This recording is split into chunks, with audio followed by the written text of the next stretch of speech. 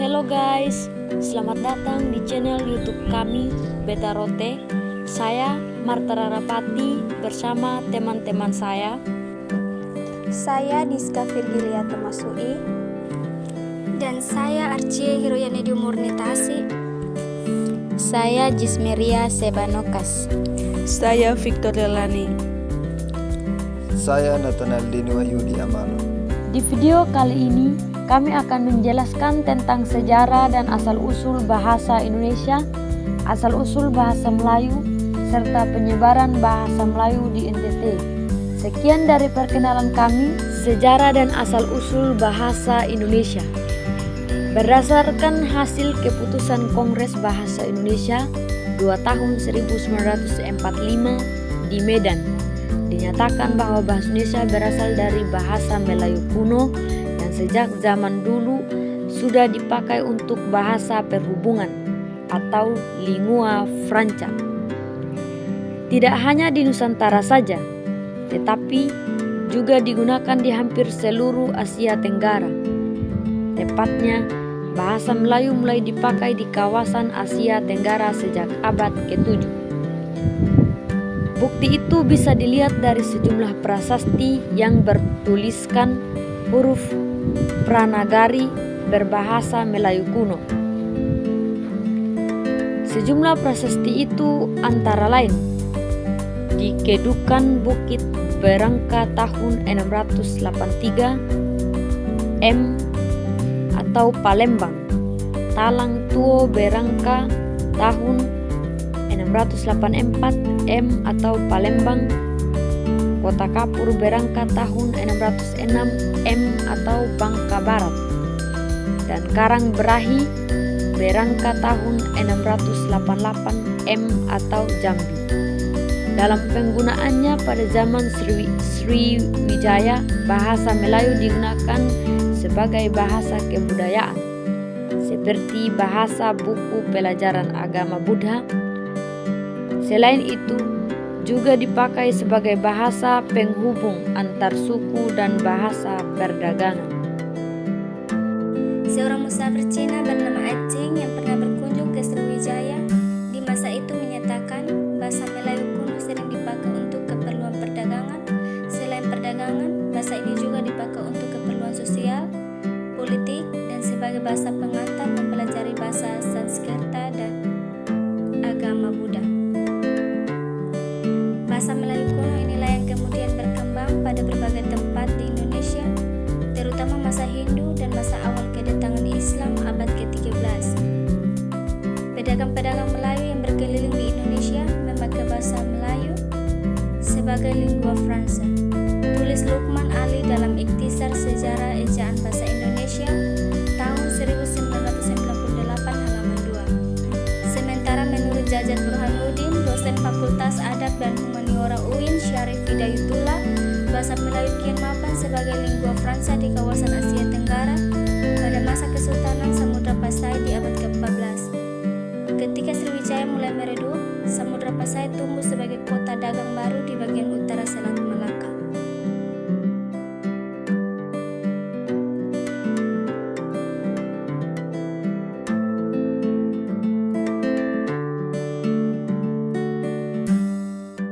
Bahasa Melayu menyebar ke pelosok Nusantara bersamaan dengan menyebarnya agama Islam di wilayah Nusantara.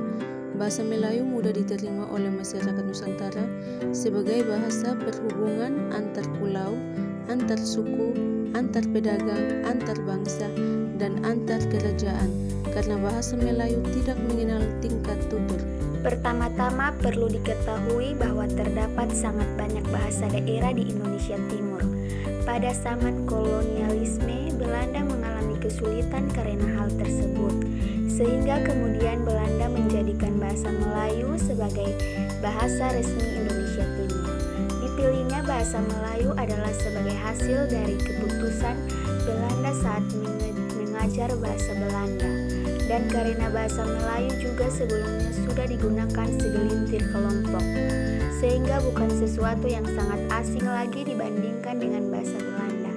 Bahasa Melayu pada awalnya hanya digunakan di pelabuhan oleh para pedagang sebagai bahasa komunikasi dengan pedagang dari Indonesia Barat, sedangkan penduduk daerahnya tetap berbahasa setempat. Bahasa Melayu juga digunakan sebagai bahasa pengantar utama di sekolah-sekolah yang didirikan Belanda, serta bahasa utama dalam liturgi rohani gereja. Alkitab dan Kidung Jemaat diterjemahkan dari bahasa Belanda ke bahasa Melayu. Bahasa Melayu tersebut kemudian berkembang berabad-abad dan mendapat banyak pengaruh dari bahasa setempat serta bahasa Belanda dan Portugis yang sudah bercocol sebelumnya sehingga digolongkan menjadi bahasa Melayu Kreol. Kini bahasa Melayu Indonesia Timur sudah menjadi bahasa ibu dan bahasa pergaulan utama di kota-kotanya seperti Kupang, Ambon, Manado, Ternate, Jayapura, dan lain-lain.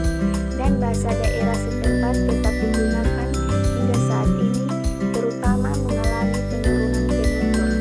Hal lain yang cukup unik yaitu sesama warga Indonesia Timur pun saling mengerti satu sama lain walaupun bahasanya Melayu Kreol terdapat banyak perbedaan. Kesimpulannya, bahasa Melayu menjadi lingua franca di Indonesia Timur tidak terlepas dari pengaruh Belanda melalui perdagangan serta melalui sekolah dan gereja, yang mana memainkan peran cukup penting di Indonesia Timur, juga sebagai solusi atas keputusan Belanda saat mengajarkan bahasa Belanda. Bahasa Melayu mudah diterima oleh masyarakat Nusantara sebagai bahasa perhubungan antar pulau, antar suku, antar pedagangan, antar bangsa, dan antar kerajaan. Karena bahasa Melayu tidak mengenal tingkat tutur, bahasa Melayu dipakai di mana-mana di wilayah Nusantara, serta makin berkembang dan bertambah kukuh keberadaannya. Penyebaran bahasa Melayu di NTT. Kita semua sudah tahu bahwa bahasa Melayu telah menjadi lingua franca di Nusantara sejak berabad-abad yang lalu. Bahasa Melayu menjadi jembatan yang menghubungkan para pedagang di Nusantara maupun dengan pedagang asing. Rasa ingin tahu saya selalu menggelitik bagaimana awalnya proses itu terjadi. Padahal Nusantara ini memiliki banyak sekali bahasa. Mungkin penutur bahasa Melayu cukup banyak dan lebih mudah dipelajari. Tetapi fokus tulisan saya kali ini ingin menjelaskan bagaimana bahasa Melayu mengalami metamorfosis menjadi beberapa sub bahasa yang hingga kini masih digunakan oleh sebagian masyarakat di kawasan Indonesia Timur. Bahasa Melayu mengalami perkembangan pesat sejak kedatangan bangsa Portugis pada abad ke-16 Masehi. Portugis yang berpusat di Malaka pada tahun 1511 berusaha menguasai rempah-rempah di timur Nusantara, maka bahasa Melayu pun menjadi penghubung saat itu. Selain perdagangan, penyebaran agama juga menjadi salah satu misi Portugis ketika datang ke Nusantara. Hal yang sama juga dilakukan oleh Belanda ketika tiba di Nusantara pada akhir abad ke-16. Maka misi dan sending berdampingan menyebarkan agama Kristen di Nusantara, khususnya wilayah Indonesia Timur. Bahasa Melayu pun semakin memainkan peranannya yang strategis di kawasan ini. Oleh karena itu, bahasa Melayu menjadi subbahasa pada beberapa daerah di Indonesia Timur, terutama yang sebagian atau kebanyakan masyarakat beragama Kristen. Daerah-daerah tersebut memiliki bahasa daerah, namun bahasa Melayu lebih populer dan menjadi bahasa di daerah perkotaan. Sebut saja sub bahasa Melayu Kupang, Larantuka, Manado, Ambon hingga Papua. Oleh karena saya berasal dari NTT, maka saya akan menjelaskan sub bahasa Melayu Kupang dan Larantuka. Selain itu, sub bahasa Melayu Manado dan Ambon sudah banyak diketahui oleh masyarakat Indonesia melalui film, sinetron atau tayangan televisi lain yang cukup banyak mempublikasikannya. Saya bukan pakar bahasa, namun mencoba menjelaskan pengaruh bahasa Melayu dalam bahasa yang sering saya gunakan ketika berinteraksi dengan keluarga atau teman. Subbahasa Melayu Kupang, penutur utama subbahasa Melayu Kupang adalah masyarakat kota Kupang. Namun masyarakat lain di daerah timur, terutama di kota Soe, Kabupaten TTS, Kefamanu, Kabupaten TTU, dan Atambua, Kabupaten Belu juga menggunakan bahasa ini dalam pergaulan sehari-hari. Masyarakat Kabupaten Saburai Jua dan Rotendao Dua kabupaten pulau yang terletak dekat Kupang juga menggunakan bahasa ini dalam pergaulan sehari-hari, terutama di perkotaan. Tentu saja subbahasa Melayu Kupang memiliki lokalitas dan juga dipengaruhi oleh bahasa asing. Namun unsur Melayu cukup dominan. Pada dasarnya subbahasa Melayu Kupang sedikit mirip dengan subbahasa Melayu Ambon, namun hanya beberapa kosakata saja. Agar lebih jelas, maka saya akan tunjukkan beberapa kosakata. 1. Kata ganti orang. Beta artinya saya atau aku dalam bahasa Indonesia. Kata ini sebenarnya merupakan kosakata Melayu, namun kebanyakan dari kita mengetahui bahwa kita ini hanya digunakan oleh orang Ambon dan Timur atau Kupang. Katong atau batong artinya kami, yang merupakan singkatan dari kami orang atau beta orang. Dong artinya mereka, berasal dari kata dia orang yang disingkat menjadi dong. Kata ganti orang ketiga tunggal tetap dia. Sedangkan engkau atau Anda dalam subbahasa Melayu Kupang adalah lu. Mirip bahasa Jakarta. Mungkin karena pengaruh etnis Tionghoa. Beberapa contoh kata lainnya. Pi merupakan singkatan dari kata pergi. Pung berarti punya. A kurang artinya ada apa, merupakan singkatan dari apa yang kurang. Ada apa? Terlalu artinya terlalu, atau kata favorit Bang Haji Roma. Su merupakan singkatan dari sudah, tambahan sonde artinya tidak, pengaruh bahasa Belanda zonder. Harim artinya cewek, merupakan pengaruh bahasa Arab serta campuran beberapa bahasa daerah setempat. Jika kata-kata itu kita gunakan dalam kalimat tanya dan jawaban di bawah ini, maka akan kelihatan pengaruh bahasa Melayu. Pertanyaan, lu mau pi mana? Atau engkau mau pergi ke mana? Jawaban, beta mau pi sana. Atau saya mau pergi ke sana. Pertanyaan, A kurang atau ada apa? Jawaban, dong terlalu pemalas atau mereka terlalu malas. Kita artinya saya atau aku. Sedikit berbeda dengan bahasa Indonesia. Kita dalam subbahasa Melayu Larantuka merupakan orang pertama tunggal. Engkau merupakan singkatan dari engkau sebagai orang kedua tunggal, orang ketiga tunggal tetapi dia torang. Artinya kami atau kita, merupakan singkatan dari kita orang. Korang artinya kalian, merupakan singkatan dari kamu orang. Dorang artinya mereka, yang merupakan singkatan dari dia orang.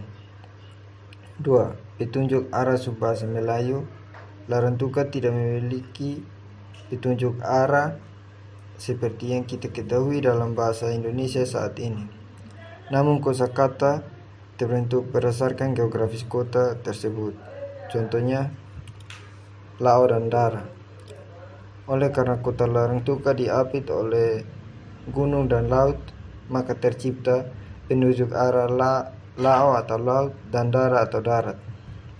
Jika teman-teman ingin menjelaskan letak dua buah rumah yang bersebelahan namun mirip, maka gunakanlah petunjuk ini. Rumah yang lebih dekat dengan laut akan disebut dengan Lao, sedangkan yang lebih jauh dari laut disebut dengan Dara. Contoh lain adalah ketika kita hendak pergi dan ditanya ke mana, maka jawab saja ke Lao jika yang kita tuju dekat dengan laut, dan ke Dara jika tempat yang kita tuju ke arah gunung. Jika berdasarkan peta, maka Lao merupakan arah selatan dan Dara merupakan arah utara. Data dan Deba. Petunjuk arah yang lain berdasarkan data